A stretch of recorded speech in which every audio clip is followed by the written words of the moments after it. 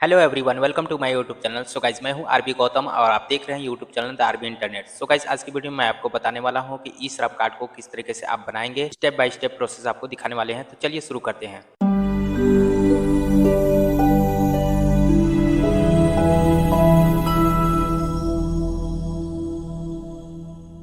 तो आपको digital portal सेवा में लॉगिन हो जाना है। बाएं तरफ सर्विसेज वाले आइकन पे क्लिक करके दाएं तरफ सर्च वाले आइकन पे क्लिक करके आपको टाइप करना है ESHR। तो आपके सामने दो सर्विसेज आ जाएंगे। आपको यहाँ पे NDUW रजिस्ट्रेशन पे क्लिक करना है। तो आपके सामने इस तरीके से पेज ओपन हो जाएगा। अब यहाँ पे आप दो तरीके से ई श्रम कार्ड बनाने के लिए रजिस्ट्रेशन कर सकते हैं। पहला तो सेल्फ रजिस्ट्रेशन कर सकते हैं, दूसरा यहाँ पे CSC VLE है तो उसके द्वारा आप लॉगिन करके बना सकते हैं, और तीसरा यहाँ पे रजिस्ट्रेशन करने का पूरा प्रोसेस दिया गया है कि कैसे करना है। जैसे आपके पास आधार नंबर और उससे जुड़ा हुआ मोबाइल नंबर होना चाहिए, और आपकी उम्र 16 से 59 साल के बीच होनी चाहिए। जन्म तिथि की बात करें तो इसमें जो जन्म तिथि लिखा है उसके हिसाब से आपका जन्म 11 मई 1966 से 10 मई 2010 के बीच होना चाहिए। अगर आपका जन्म तिथि इसी के दौरान आता है तो आप रजिस्ट्रेशन करने के लिए एलिजिबल हैं। नीचे नोट में यह लिखा है कि अगर आप ई श्रम पर रजिस्टर करते हैं तो आप श्रम मंत्रालय की तरफ से भेजे जाने वाले मैसेज, कॉल या ईमेल प्राप्त करने के लिए सहमत हैं।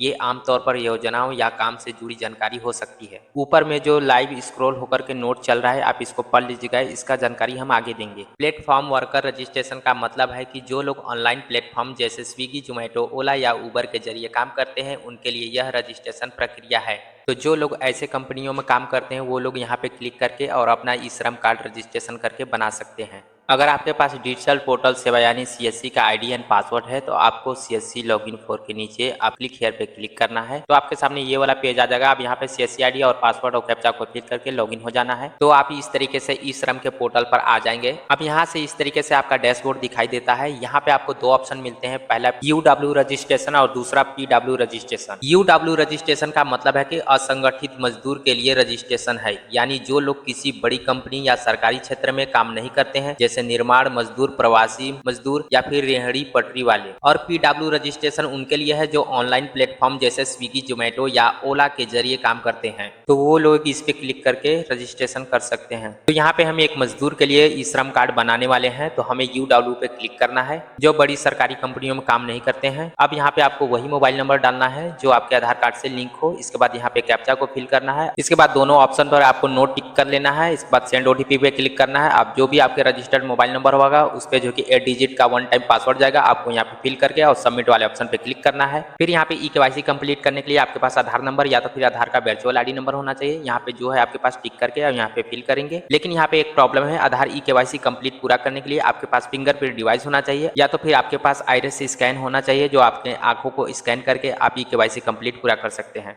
दोनों तरीके से अप्लाई करने का प्रोसेस सेम है, आपको कर लेना है। अब चलते हैं जिनके पास फिंगरप्रिंट डिवाइस नहीं है वो किस तरीके से अपना ई श्रम कार्ड अप्लाई करके बना सकते हैं। अब दोबारा से आपको इस पेज पे आ जाना है। यहाँ पे जो भी आपका आधार कार्ड से लिंक मोबाइल नंबर है यहाँ पे फिल करना है। इसके बाद कैप्चा को फिल करना है। अब दोनों ऑप्शन पर यहाँ पे नो टिक कर देना है। इसके बाद सेंड OTP पे क्लिक करना है। अब जो आपके आधार कार्ड से रजिस्टर्ड मोबाइल नंबर है उस पर जो कि 8 डिजिट का 1 टाइम पासवर्ड जाएगा, आपको फिल करके और कैप्चा को फिल करके सबमिट वाले ऑप्शन पे क्लिक करना है। तो सबसे पहले आधार नंबर या तो वर्चुअल ID दोनों में से आपको कोई भी यहाँ पे फिल करना है। इसके बाद OTP पे ऑटोमेटिक ये टिक रहेगा। फिर आपको कैप्चा डालकर आई एग्री वाले बॉक्स पर टिक करना है। इसके बाद सबमिट वाले ऑप्शन पे क्लिक कर देना है। इसके बाद फिर से जो भी आपके आधार कार्ड से रजिस्टर्ड मोबाइल नंबर है उस पर 6 डिजिट का OTP जाएगा, आपको यहाँ पे फिल करके और कैप्चा को फिल करके सबमिट वाले ऑप्शन पे क्लिक करना है।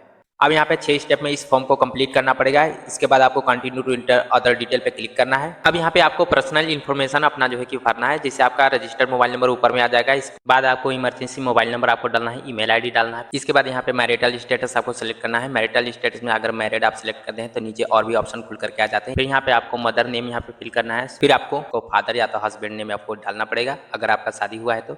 इसके बाद नीचे आपको फादर डिटेल देना पड़ेगा। अब इसके बाद सोशल कैटेगरी में आपको यहाँ पे सिलेक्ट करना पड़ेगा। फिर उसका यहाँ पे सर्टिफिकेट है तो उसको अपलोड करना पड़ेगा, नहीं है तो वो ऑप्शनल है, इसको छोड़ देंगे सर्टिफिकेट को।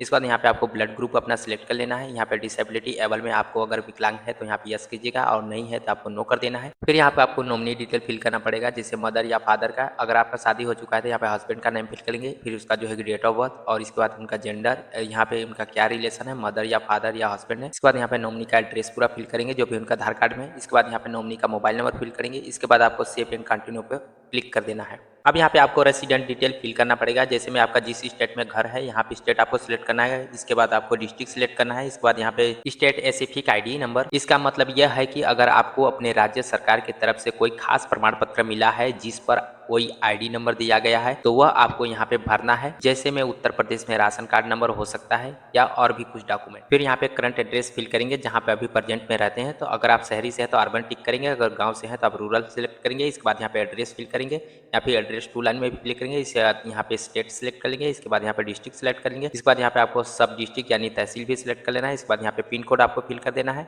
फिर यहाँ पे स्टेइंग एट करंट लोकेशन में आप कितने वर्ष से रह रहे हैं यहाँ पे सिलेक्ट कर लेंगे अपना समय। इसके बाद आपको यहाँ पे परमानेंट एड्रेस फिल कर देना है जहाँ के आप रहने वाले हैं, जैसा कि आपके डॉक्यूमेंट में है। जैसे आपने ऊपर में फिल किया है उसी प्रकार से यहाँ पे फिल कर लेंगे। एड्रेस, स्टेट और डिस्ट्रिक्ट और सब डिस्ट्रिक्ट और पिन कोड यहाँ पे फिल करने के बाद आपको सेव एंड कंटिन्यू पे क्लिक करना है। फिर अगले पेज पे यहाँ पे आपको अपना एजुकेशन एंड क्वालिफिकेशन यहाँ पे फिल करना है कि आप कितने पढ़े लिखे हैं। जैसे नॉट लिटरेट का मतलब जो पढ़ लिख नहीं सकता।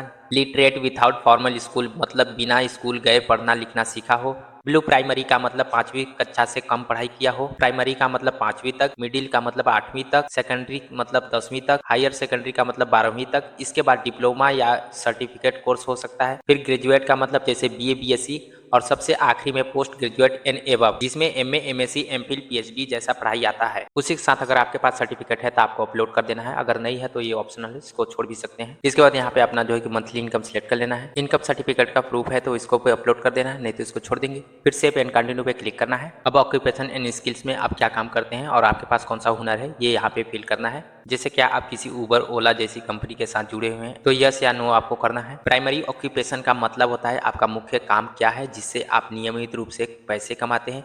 अगर आपको पता नहीं है कि आप जो काम करते हैं उसको क्या कहते हैं, एनओसी कोड यानी national qualification of occupations code आपके काम के हिसाब से एक नंबर होते हैं। जब आप फॉर्म में दिए गए click to view NOC code list पर क्लिक करेंगे तो एक लिस्ट खुलेगी जिसमें अलग अलग कामों के लिए कोड दिए होंगे। आपको अपने काम के हिसाब से सही कोड चुनना होगा। Working experience in primary occupation में आपको बताना होता है कि उस काम में आपको कितने साल का तजुर्बा है। सेकेंडरी ऑक्यूपेशन का मतलब होता है कि अगर आप कोई दूसरा काम भी करते हैं तो उसको बताना होता है।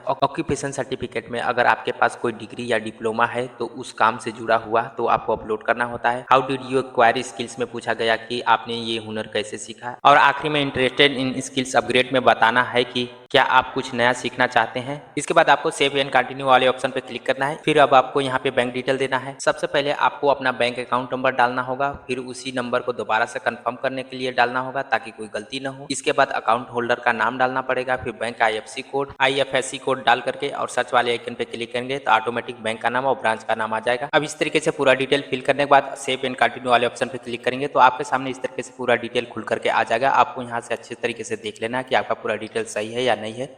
अगर आपको कोई गलत लगता है तो एडिट वाले ऑप्शन पे क्लिक करके तो इस तरीके से पेज ओपन हो जाएगा। आप जिस भी इन्फॉर्मेशन को एडिट करना चाहते हैं उसके सामने एडिट का ऑप्शन आ रहा है, इस पर क्लिक करेंगे तो वो ऑप्शन को आप एडिट कर पाएंगे। इसका दोबारा से इसको कंफर्म करेंगे। अब यहाँ से आपको नीचे डिक्लेरेशन वाले चेक बॉक्स में टिक करके और सबमिट वाले ऑप्शन पे क्लिक करेंगे तो इस तरीके से आपका जो है कि इंस्टेंट जो है कि ई श्रम कार्ड जनरेट हो जाएगा। अब इसको प्रिंट करके कस्टमर को दे सकते हैं या तो अपने कंप्यूटर में इसको रख सकते हैं। तो गाइज ये था नया ई श्रम कार्ड बनाने का प्रोसेस स्टेप बाय स्टेप। अगर आपको वीडियो पसंद आए तो लाइक, शेयर एंड कमेंट कीजिएगा और किसी भी प्रकार का कंफ्यूजन है तो कमेंट के जरिए हमसे पूछिएगा।